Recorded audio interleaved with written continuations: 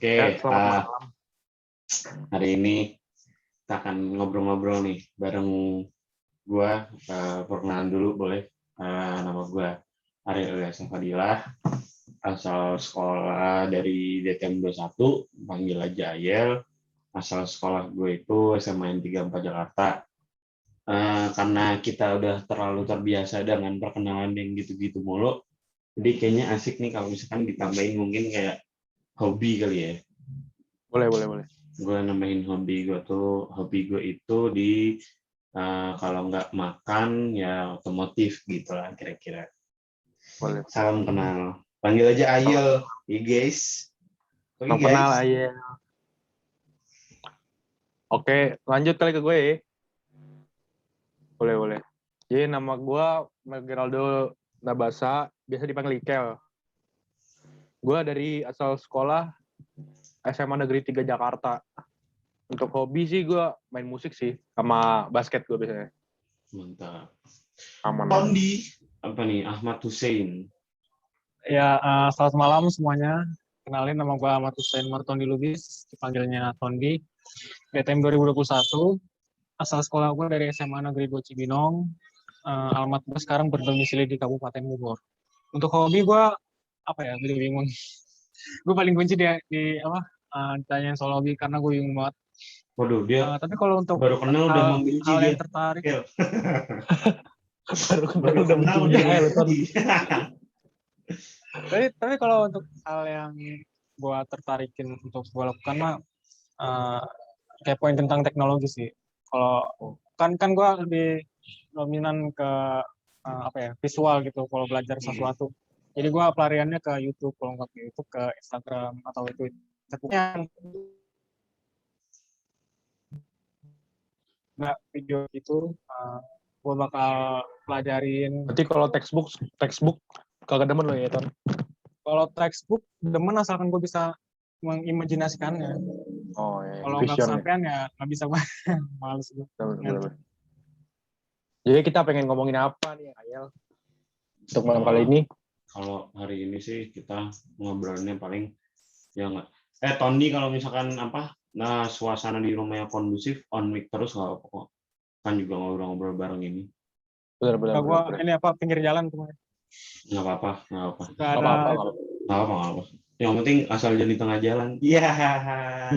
Di tengah jalan. Jangan di tengah jalan. Kita cerita ini kali, yang ngeri-ngeri gitu. Yo. Jangan. Kita mumpung hawa-hawanya masih sore-sore mulai ke malam gini, kayaknya gue mau nanya dulu, lu pada udah makan atau belum gitu. Jadi kita nanya kabar dulu, asik. Oke. Kalau lu gimana nih ya? Lu dulu kali ya. Gue alhamdulillah udah tadi makan sekali waktu asar aja. Gimana nih? Gue juga baru makan sih sebenarnya. Kalau lu gimana, Ton? Belum sih, gue kalau malam belum makan. Boleh. Okay. Tapi ini Ton, lu tuh sekarang tempat tinggal di mana, Ton? Tempat tinggal masih sama orang tua di. Lu tau Bojong nggak? Bojong Gede. Tahu Bojong. Ya itu di situ gua. Oh iya, gue itu sekarang ini bertempat tinggal di perbatasan antara Jakarta sama Depok, itu di Andara gitu. Lo kalau pernah dengar Green Andara, Kompleks Sultan tuh yang Raffi Ahmad, nah gue di situ. Oh iya. Deket Cibubur berarti ya? Siapa? Lo? Enggak, gue deket ini Pondok Labu. Lah. Oh, lu Depok yang Sawangan ya? Bukan, Depok di yang utara. Sebelah utara ya. Ya yang lah, ini. Lu tahu tol baru nggak sih yang Antasari itu? Ya, yang kalau lurus terus ke UI kan? Enggak, itu nggak nyambung ke UI tapi. Oh iya. Enggak, itu nggak nyambung ke UI. Harus keluar tol terus nyambung tol lagi. Jadi 2 kali keluar gitu. Asik. Ini kayaknya nih dari yang gue lihat-lihat di antara kalian berdua nih pasukan Gondes. Gondrong apa tuh? Gondrong. Apa? Oh iya, Desnya mana?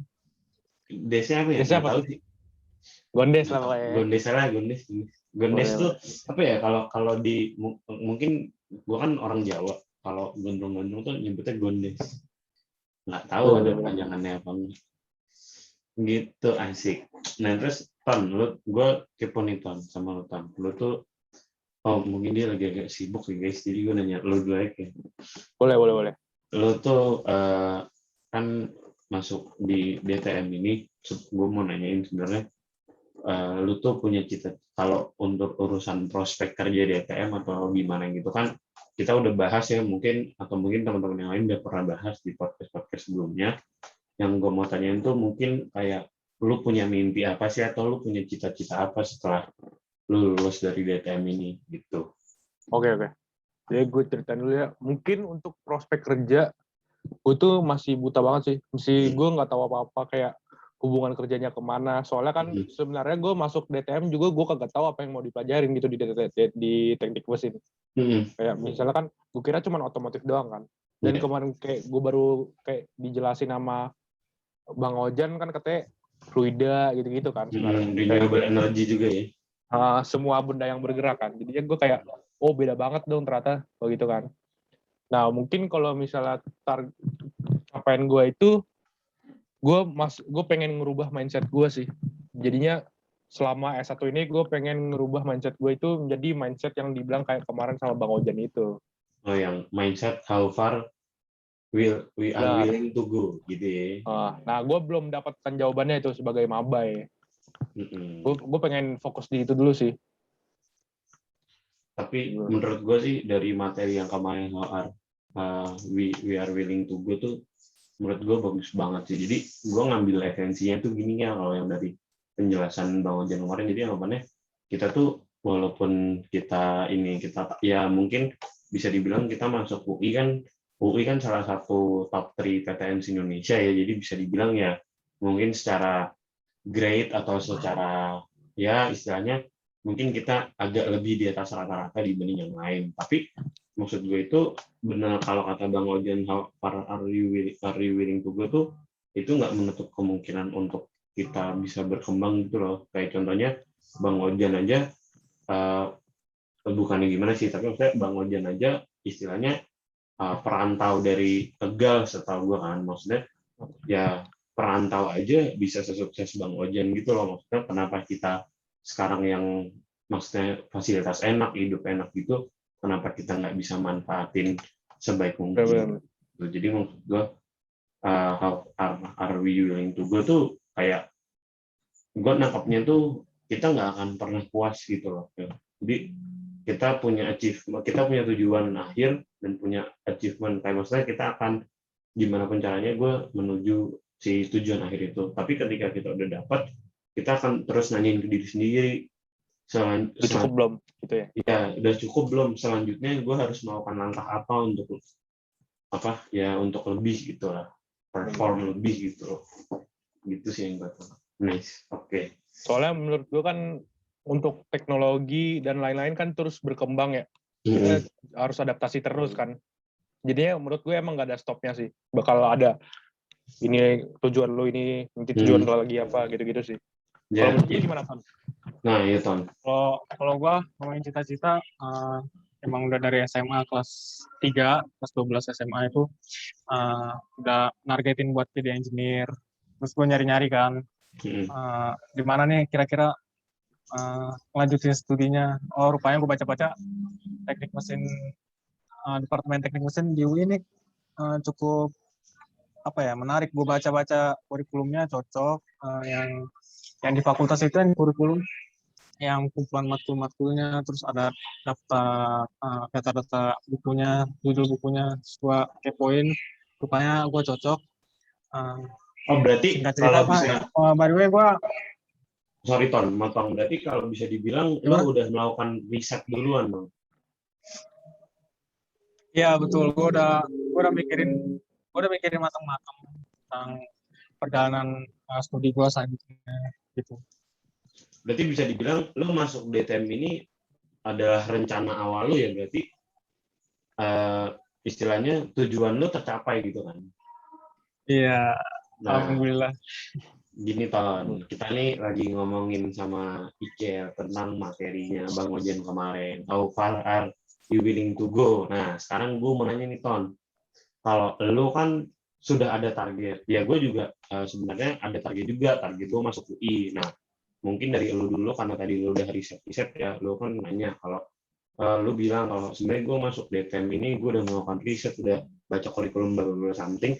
Nah, sekarang gue mau nanya ke lu nih, lu kan udah mendapat nih tujuan akhir lu, yaitu gue udah masuk DTM UI. Langkah selanjutnya yang akan lu lakuin itu apa? Maksudnya kayak how far are you willing to go gitu kan? Ya, langkah selanjutnya yang udah gua dapet itu yang gua harus raih adalah mendapatkan nilai yang tinggi. Soalnya gue mau fast track guys. Jadi fast track kan S1 S2 gitu ya. Jadi gue mau 5 Fast track tahun tuh yang terus ini kan ya, S2. fast track tuh yang kita Ya. 4 tahun, terus nanti 16 tahun kita udah jadi S2 kan nih? Iya, itu di tahun keempat kita udah ngambil mata kuliah anak-anak S2 gitu. Nah, persyaratannya gue udah baca juga ada TOEFL-nya harus 500-an ke atas. Terus IPK-nya harus 3,5 ke Cum laude atas di itu. Ya di semester 6 udah harus IPK-nya nggak boleh di bawah 3,5 pokoknya. Terus penguasaan bahasa Inggrisnya. Ya, lalu ada apa ya? Uang pangkalnya juga dipersiapkan. Gitu. Ada uang pangkalnya juga. Berarti sesuai kata Bang Ojan kemarin nih kira a good planner. Ya enggak? Berarti tahun di ini a good planner. Kita harus belajar dari tahun dia. Mungkin ya. Yoi. Nah, tapi Tapi belum tentu mungkin good executor. nah, itu dia. Executor-nya. Mantap nih, berarti kita nyimak semua nih. Iyalah. Gitu. Jadi Nyimak. selain kita jadi good planner, kita harus jadi good executor juga. Keren sih tahun ini ya. Maksudnya dari yang kemarin gue ngobrol-ngobrol sama teman-teman DTM juga, sama podcast juga, ini tuh apa ya yang gue tangkap itu ada orang yang kayak gue emang lebih fokus ke UI-nya, atau mungkin ada juga yang kalau gue sih pribadi gue emang pengen masuk teknik mesin UI, DTM UI, tapi mungkin gue risetnya nggak terlalu dalam seperti Tondi gitu. Jadi mantap sih Tondi, keren, a good planner nih Tondi, mantap. Terus Tondi, oke. Nah terus kalau gue sendiri ya, gue kan belum tentang setelah gue habis dari DTM nih, cita-cita gue apa sih? Sebenarnya gue ada 2 sih. Jadi anggapannya, jadi gue ada 1 mimpi, gue punya 2 mimpi gitu. Anggapannya yang pertama itu, gue pengen nanti misalkan suatu saat di tengah jalan kita lagi sama-sama anak DTM gini, kan gue jujur aja gue memang agak istilahnya di dunia otomotif tuh gue suka, baik sebagai penikmat maupun pelaku gitu. Nah, gue itu ada pengen gitu, kalau punya keinginan kalau nanti siapa tahu di DTM ini gue nemu teman-teman yang bisa istilahnya satu vision, satu visi sama gue, yaitu gue tuh pengen buka bengkel sebenarnya. Gitu. Itu sih yang paling dasar ya. Cuma kalau untuk kita yang kira-kira untuk jangka panjangnya sih, ya setelah kuliah ini gue niatnya itu lanjut kerja, kalau nggak di bagian energi, renewable energy, oil and gas, kalau nggak ya tentang engineering gitu. Ya nggak jauh-jauh dari yang teknik mesin gitu sih. Cuma jujur aja gue kurang suka kalau misalkan office work, maksudnya kayak kita kerja kantoran gitu. Lebih demen untuk field gitu loh. Jadi field operation alias kerja lapangan gitu sih. Kira-kira itulah mungkin salah 2 cita-cita gue setelah lulus dari DTM ini gitu. Tapi emang cocok sih lingkungan teknik mesin itu emang dipenuhi dengan orang-orang yang passionnya ke otomotif juga kan. Nggak mungkin nggak ada gitu kan. Pasti mayoritasnya ke otomotif.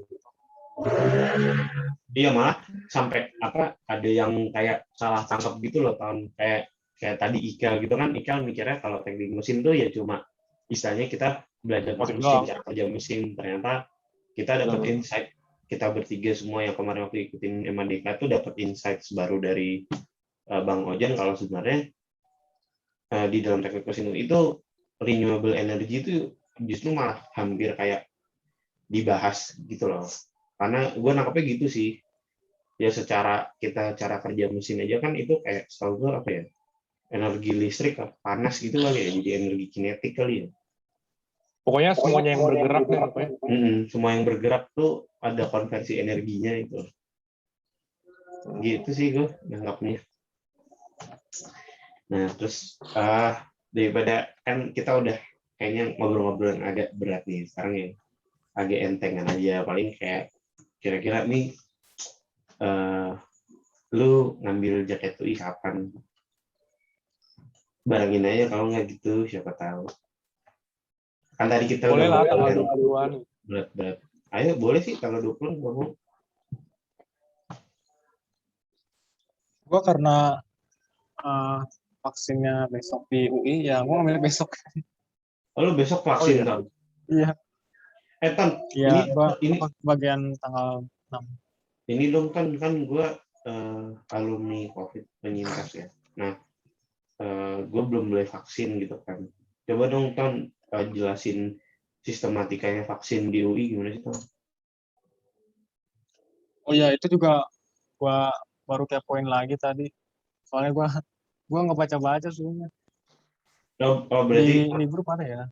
oh, ya maksud gue apa? Gue kan kemarin itu sempat COVID, terus gue sempat nanya gitu, nyokap gue sempat nanya ke pihak UI, boleh nggak nih udah boleh suntik belum? Soalnya kan ternyata tuh gue juga baru tahu kalau kita setelah COVID itu baru boleh vaksin 3 bulan tuh bukan karena alasan kesehatan, tapi karena mendahulukan orang-orang yang belum pernah kena COVID. Dan itu gue baru tahu.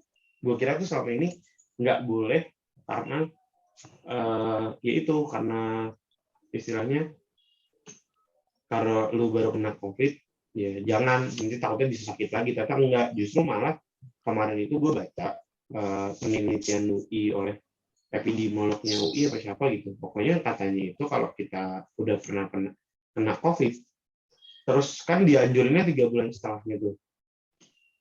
Nah itu sebenarnya kalau misalnya kita vaksin sebulan setelah sembuh COVID itu katanya kita antibodinya bisa 10 kali lipat sama orang yang vaksin biasa yang belum pernah COVID. Ya kan gue jadi agak-agak tergiur gitu dong. Maksudnya ya siapa sih di masa-masa sekarang ini yang nggak pengen punya antibodi yang kuat gitu. Sebenarnya dari udah pernah kena COVID itu udah ngebangun antibodi sendiri. Kan kalau misalnya yang kayak disuntik vaksin yang belum pernah COVID itu dia pengen ngebentuk antibodinya gitu dengan Ya betul. virus yang lemah gitu maksud gue ya. Kalau misalnya udah pernah kena COVID sih harusnya malah lebih kuat kali ya gara-gara dia udah bertahan gitu. Karena memang virus aslinya ya. Malah kayak kita bukan cuma kan setahu gue vaksin tuh yang virus yang dilemahkan kan setahu gue.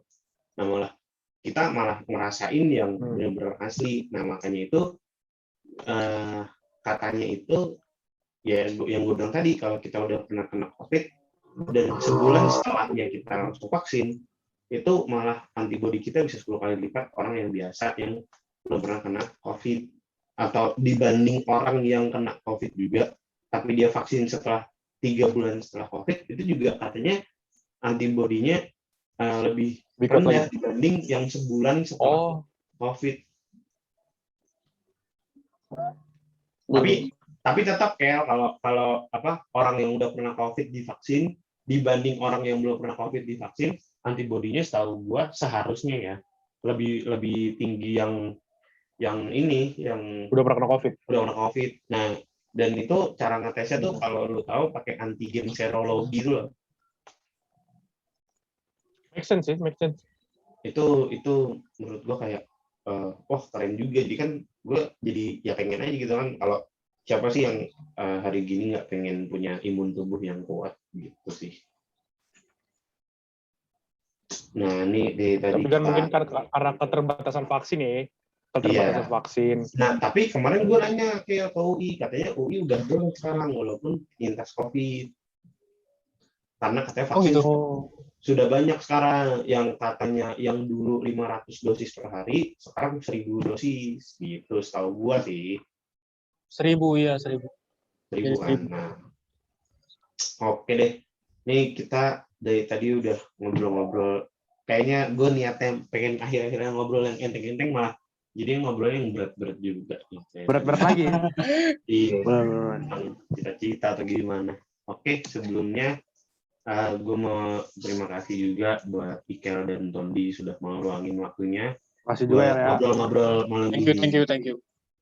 Itu dengan tujuan mempererat dan mempersatukan lagi keluarga DTM 2020. Oke guys, mungkin sekian dulu aja dari kita bertiga, biar nggak lama-lama juga, biar yang nonton nggak jenuh juga. Bila ada salah kata dari saya, mohon dimaafkan. Wabillahi taufiq wal hidayah. Wassalamualaikum warahmatullahi wabarakatuh. Dan Waalaikumsalam thank you warahmatullahi wabarakatuh. teman-teman.